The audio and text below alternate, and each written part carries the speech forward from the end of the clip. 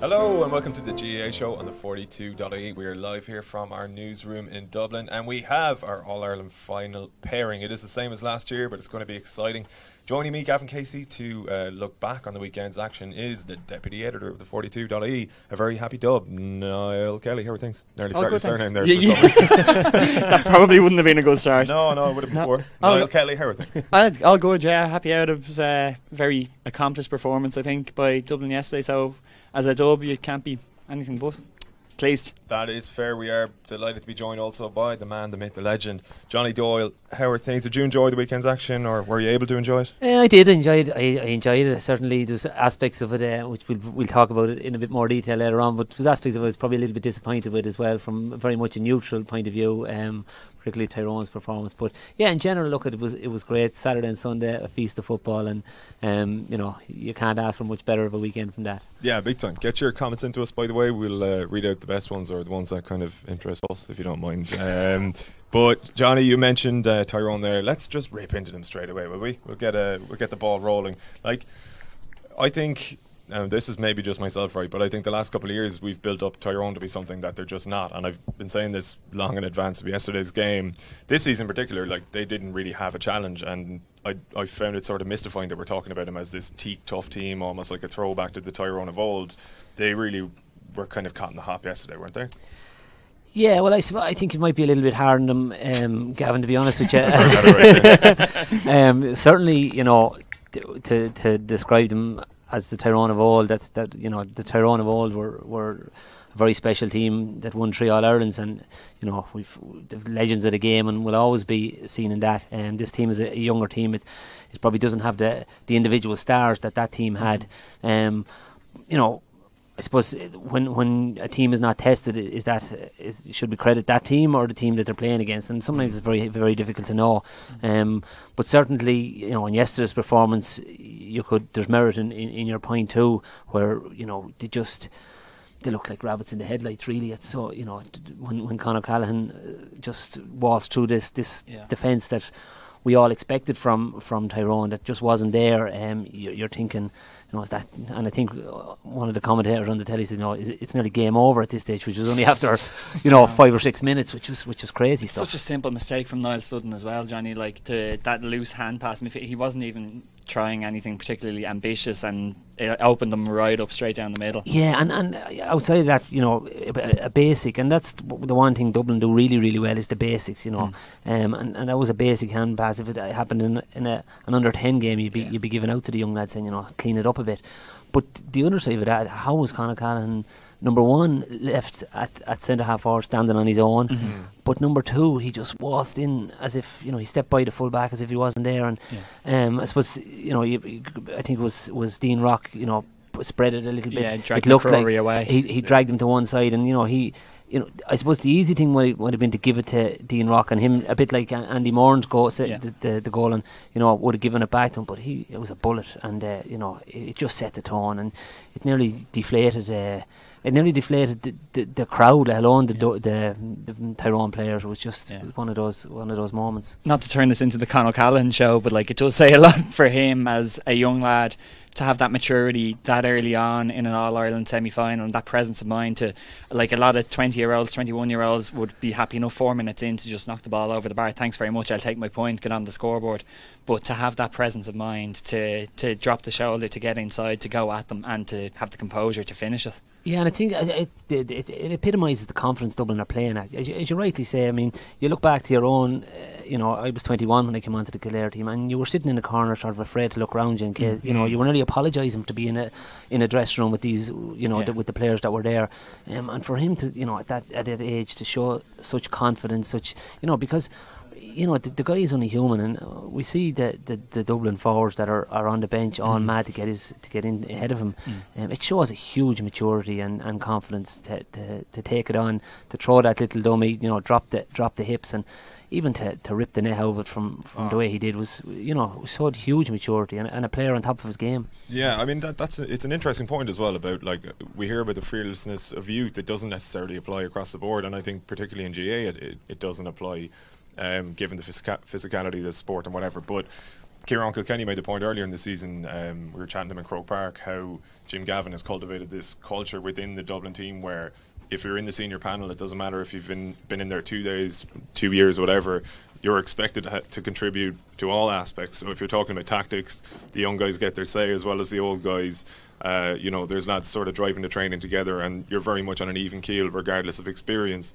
And I think you see that with some of the young lads. I mean, O'Callaghan in particular, the last couple of games has excelled, but there is no fear in those young players because once they're in that panel, they see themselves as on an even keel with the older lads, no matter how many All-Irelands they have. Yeah, and you see that not only with Conor Callan, but your Niall Scully's, Eric Lowndes. I know Eric Lowndes has been there a couple of years. The new king of the hill. He never got such a reception in his life, I'd say. But you see that, and it's very hard. Like it's one thing talking about it, but it's very hard to actually to facilitate that, and for a young lad to come in and to buy into that. And that's I think that's where Jim Gavan, because regardless of anything else, there's so many top players, and they seem to have created this humility within the team, and when you have so many superstars within a team, it's a very difficult thing to do, and you only they epitomise it.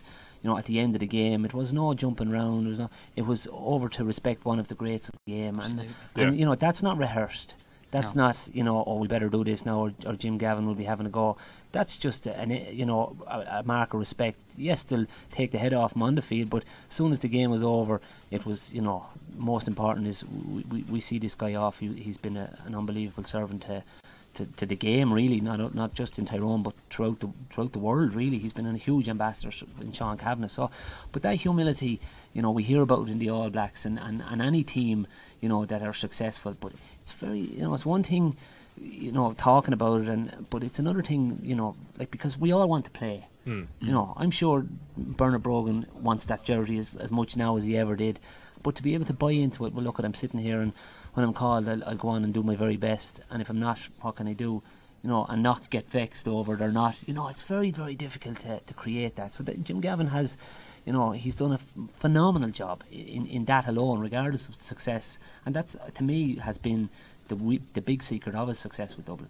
The game, it's already been painted, Johnny, as maybe heralding the next great tactical revolution in football. People have kind of seen this is finally now the end of the blanket defence. It's not going to work anymore. Dublin showed with the width that they brought to the Croke Park pitch and the pace that they were able to kind of inject into their attacks, the patience that they showed at times in recycling the ball often back inside their own half, bringing Johnny Cooper, bringing Cian O'Sullivan into the play after retaining possession for 90 seconds or something, and just biding their time until they could pick Tyrone apart. People are saying, well, now Dublin have laid down the blueprint for how you beat the blanket.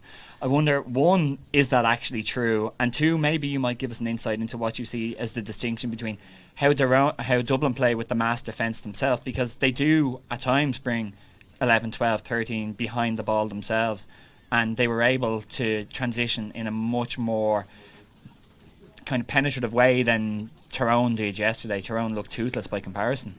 Yeah, and the blanket, the blanket defence, there's no team do it better than Dublin. If we're honest, but I remember at one stage, and I was doing commentary on local radio for the Leinster final, and I think with 63 minutes on the clock, Dublin were 11 points up, and they had every single Dublin player, not just in their own half, but within the 45 metre line. So this is a team that are so disciplined. I suppose, and the buzzword is this transition, and I think that's where they're really, really good, is being able to bring that when they do strip the ball away from teams, which, we've seen Paul Mannion doing on 2 or 3 occasions. Just go for the ball, take it away, and next thing they're gone in a mass up the field, and they're really good at that. But I think the key for me with Dublin, when they do that, when they strip the ball from the opposition, and they don't give it away. They're patient. I think, was it the Monaghan game, and again my stats mightn't be that accurate, but something like at one stage 29 passes before Jack McCaffrey saw a little gap and kicked it over the bar. Like most other teams, you'd be roaring at the telly, lads, someone have a go here. But they don't. It's nearly like a war. We seen in Braveheart where Mel Gibson is there, hold, next thing you hold, and next thing go. You know, and it's nearly something similar in what they do. They're so patient, back and forth. You know, I saw, even we'd seen clippings of them yesterday. You know, they got inside the 21, the shot wasn't on, and next thing, you know, you have someone like Kieran Kilkenny or Paul Mannion kicking the ball 30 yards back to Brian Fenton in the middle of the field, and they're happy to do that. You know, and I think, you know, so that's the trick for me. Is yes, they'll get loads of bodies back. But again, when they break, they get loads of bodies forward. We've seen, you know, how often have we seen Philly McMahon in a corner forward position, and yet we've seen Paul Mannion, you know, inside his own 21, taking the ball off a Tyrone attacker.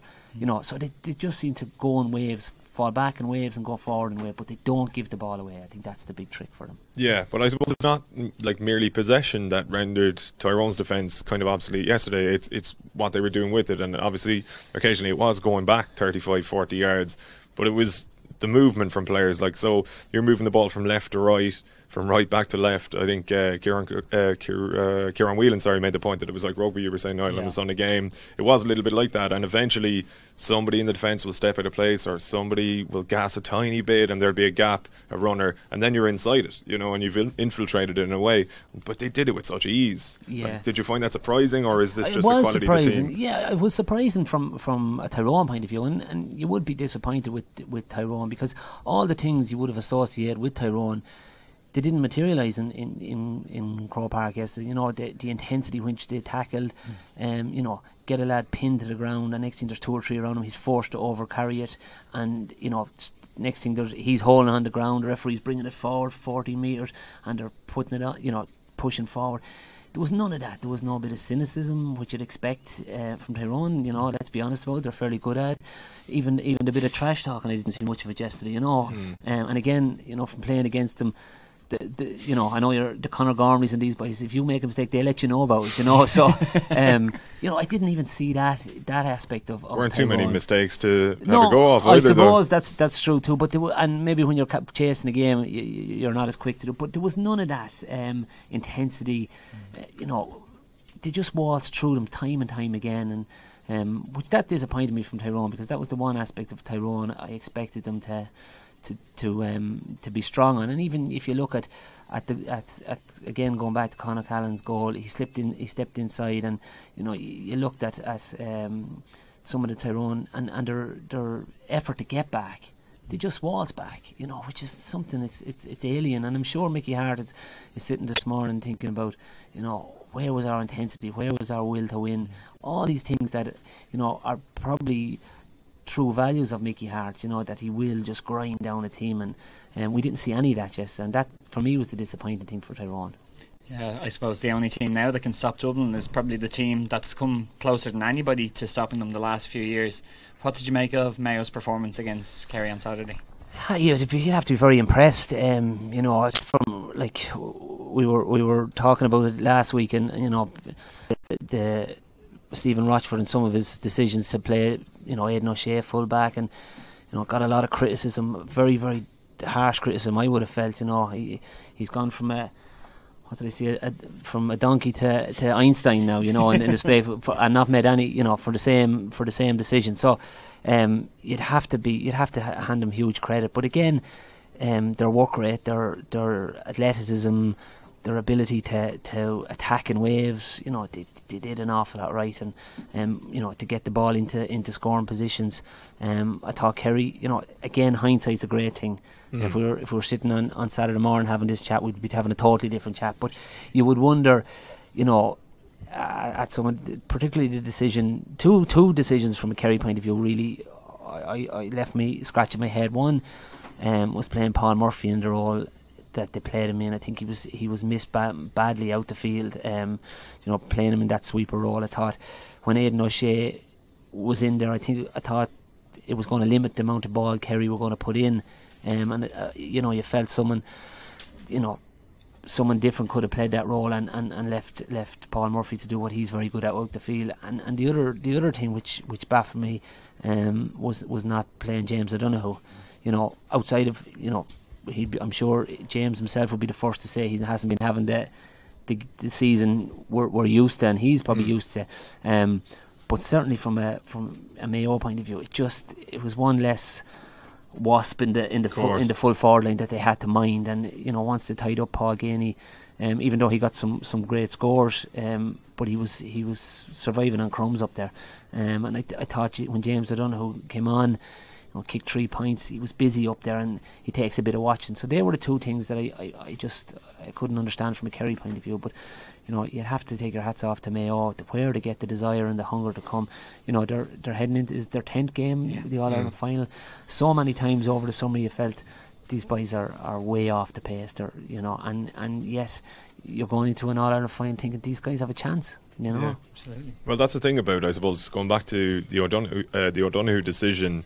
So Rochford got plenty of stick, and I think rather than, I don't think he's stubborn remotely, because I think he did alter the O'Shea decision this week, in that occasionally we saw Shamie O'Shea take his place, switch free to Aidan to go up the field, Donald Vaughan as well a little bit. But then if you look at Fitzmaurice, so like the first game, Kerry were perceived to have been the weaker team. Like Mayo were meant to be the better performers, even though it was a draw, and therefore it was almost like the onus to change things was on Kerry, and Fitzmaurice did maybe something that like Rochford would have done if the shoe was on the other foot.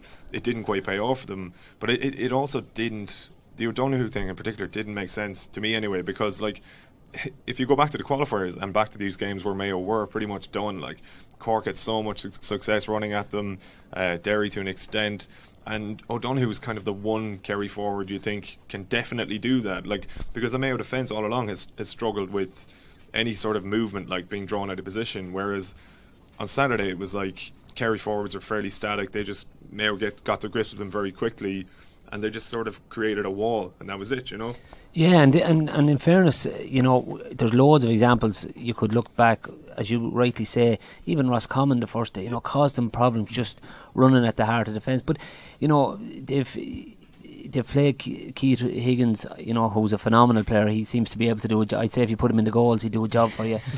But he was able to. He played that sort of. He sat for a long period, even though when it offered, he put the burners on and went forward. But he sat there an awful lot and cut out that ball in,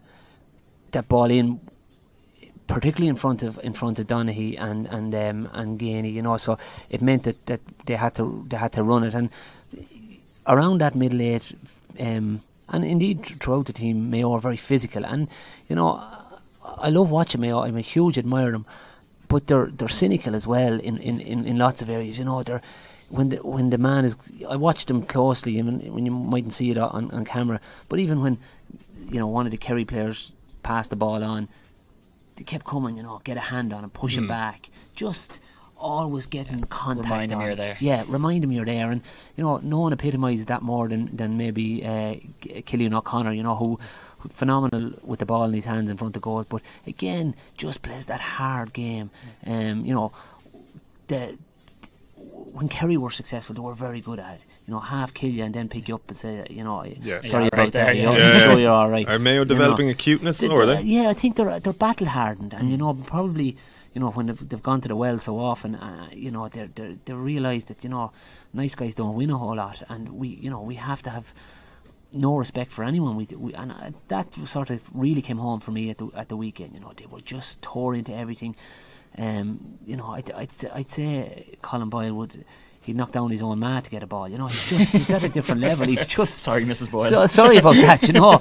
But he's just like a man possessed there, and so just the heart of a lion. And I think these type of players have developed probably in adversity, really, and so much hard luck, and it would be easy. And they've huge characters within the team, and I'm sure there's times sitting on a Monday after an All-Ireland thinking, what is this about? Can we go again? But they seem to have that steel now that, they're going to go at this and won't have any respect for Dublin. Well, before we... sorry, no, go on. Oh, well, I was just going to say, 2013, beaten by a point in the All-Ireland final.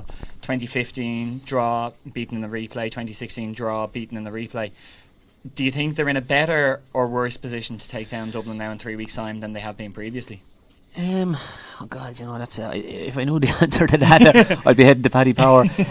No, I think another bookie. Yeah, sorry, another fine bookie we have. But I definitely think that what we seen yesterday with Tyrone, I don't see happening to Mayo. I don't think they'll stand back. I think they'll attack them from the word go. They'll push up hard on them. They have that sort of steel within the team. I think the likes of Aidan O'Shea, even though the last couple of games, he's been asked to do a specific role for the team. I think that says an awful lot about where this Mayo team are at in the characters they have. Would have been maybe accused in the past of maybe not, on a solo mission certain players. Now it's about Mayo. Whatever's needed. This is about, and I think that's a great sign, that sort of togetherness that Mayo are showing, regardless of what's asked of the team, it's about the team, and I think nothing emphasises that more than Aidan O'Shea, who would have got a phenomenal amount of criticism in the past. We laud other teams for taking a photo with a child after a match. And that was nonsense anyway. But again, it's directed at Aidan O'Shea. I think he's a massive plus. I think if he has a big final. Again, I don't expect him to be in the role he was for the last 2 games. I think he'll be back in the role where he's done really well throughout the qualifiers and driving at the heart of Dublin. That's an interesting question as well as to what you do with O'Shea. I mean, presumably they do put him back up there, but then Mayo have been motoring so well in terms of their forwards when he hasn't been there. I wonder sometimes with O'Shea, is it like you have to feed the monster, and it can become a problem for a team. Yeah, and I suppose we probably have seen a little bit of that in the past, but I just think at the moment, even like there was games when they were struggling, he was the one guy that drove forward and really took the game to oppositions. And I think he looks a bit fitter, he looks happier in himself this year than most years, and again out around that middle 8, I don't think you'd hear teams or people talking about he should be in the 8, put him in full forward. I don't think that suits Mayo. I think him at or out around the middle or at 11 just driving at teams really hurts them, and I think that's the role you'll see him playing against Dublin. I think they've so many, I suppose, strings in their bow now other than Aidan O'Shea, and I think that's what gives them that balance. You look at Andy Moore and these guys, they're just full of confidence, and they're and again I suppose that goes back to the point we make about James O'Donoghue. Mayo have so many strengths there. They'll take watching in so many areas, and I think that's going to stand to them. Yeah, before we chat very quickly about Player of the Year, we have a couple of predictions here. I might read them out in a second. One question you put to Johnny a minute ago before we came on air was the question about Dermot Connolly, and as to whether you'd start him for a final, even if he's only had 2 minutes odd game time in the last 12 weeks. What do you reckon? Yeah, well, look at it. I suppose it's a tough one. If it was me personally, I would start him. I don't know, if he's not starting, what's poor Lee Keegan going to do straight away, We're going to, that battle will be... Lee will be lost. He will, he won't know where to go. I think they will start him. I suppose he's the one player that, you can light up Croke Park and, you think you have him in your pocket, and next thing, he'll do something with the ball or split the defence. He's such a creative player. But again, look at who knows with Jim Gavan. We all saw the alternative Dublin forward that could be on the field. It's just it's frightening. And again, you're trying to keep those boys chomping at the bit, and it's going to be an interesting 3 weeks in the Dublin training camp. I'd say it'll be tearing into each other because they'll all want to get a start, and I think, as we said earlier, that's the big plus, that Jim is able to keep them all. It's a bit like the spring, he has them nicely coiled, and when they come in, they're ready to go. And we see that every time. Kevin McMiniman, O'Gara come in, scores 1-1. Yes, there's something you're not associated with him as being a scoring forward. So they're, but I think Dermot Connolly he's a serious athlete, a serious footballer, and I certainly think if it was me, I'd be starting him. Yeah. We'll have to see how it plays out. We've got a couple of comments here. Susan Hosty, or Hosty, apologies Susan if I got that wrong. Mayo all the way this year, says Susan. Kieran Kenny says can't see anyone getting near the Dubs. which is, I suppose, we really are going back to last year now. Yeah. John Garbett, any chance of some tickets? Get on to Paddy Power, John. Johnny will sort them out. Oh yeah, maybe John, just send in how many you want there. No problem. Craig McDermott actually has a question. He asks, who will mark Con O'Callaghan? I mean, Jesus, testament to Con that he is now the subject of these questions, a young man, and it's a fairly burning question as to who's going to stop him from on Mayo's behalf in a couple of weeks' time. Yeah, and that's the thing. You could do a man marking job on Con O'Callaghan, and the next thing, someone else steps in, and that's the real strength of Dublin. He was awesome, particularly in the first half yesterday. But the way Dublin plays, it's very difficult to do a man marking job. We see Lee Keegan last year and the job he did on Diarmuid Connolly, and that could transpire again. But you're talking about. Paul Mannion could have the game of his life, which we've seen in the past when he's come on. There's so many other strings to their bow. It's hard to get the matchups right. It really is, and I think certainly if Connolly plays, I would imagine Lee Keegan. I can't see Lee Keegan playing the same role in Con O'Callaghan. I think he's probably he's vital to Mayo's game plan as well. So it's you could sit here for the next 3 weeks trying to come up with different permutations of way things are going to happen, but you just don't know. And I think that's the real secret to Dublin. There's anyone in any day can be the hero. Yeah, and I suppose it's Dublin's strength in depth, which leads us to why Player of the Year this year is a serious task for anybody to pick. Because it's nearly impossible to do. I mean, if you mention one Dublin name, you have to mention half a dozen or 9 Dublin names. Yeah. I mean, there are obviously a few strong contenders. I did check the betting before we came in. I think Andy Moran is the 4-1 favourite to be Player of the Year at the moment. I don't think. Who's that with now? With a bookmaker of choice. Bookmaker of choice.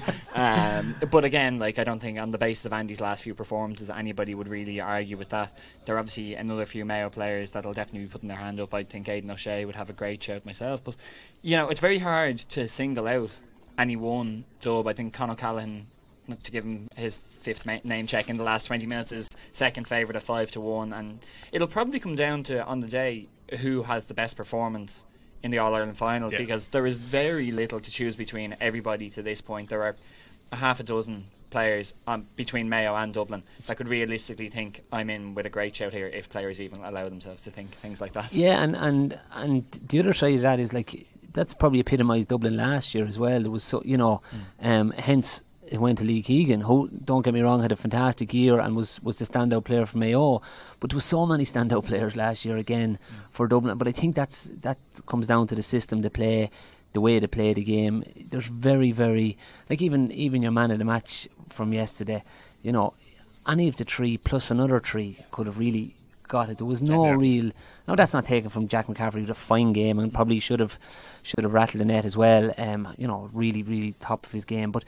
Any one of 6 or 7 could have been there yesterday, and I think that's a testament to the Dublin team and what Jim Gavan has created in this team ethos. And as we said earlier off air, it could be another bit like Kilkenny when they won the All-Ireland and to 2008. To give the man of the match to Brian Cody. So it could be something.